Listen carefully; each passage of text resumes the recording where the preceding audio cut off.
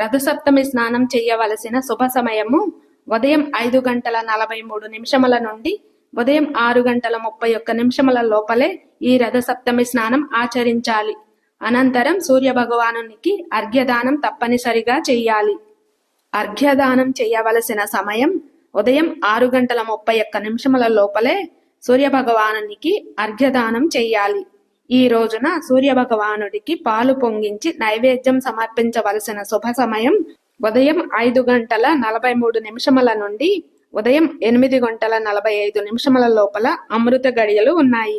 ఆ సమయంలో సూర్య భగవానునికి పాలు పొంగించి నైవేద్యాన్ని సమర్పించాలి. ఇంకా ఈ రోజున సూర్య భగవానునికి పూజ చేసుకోవలసిన అమృత గడియలు ఉదయం 5:43 నుండి ఉదయం 8:45 లోపు మంచి శుభ సమయము.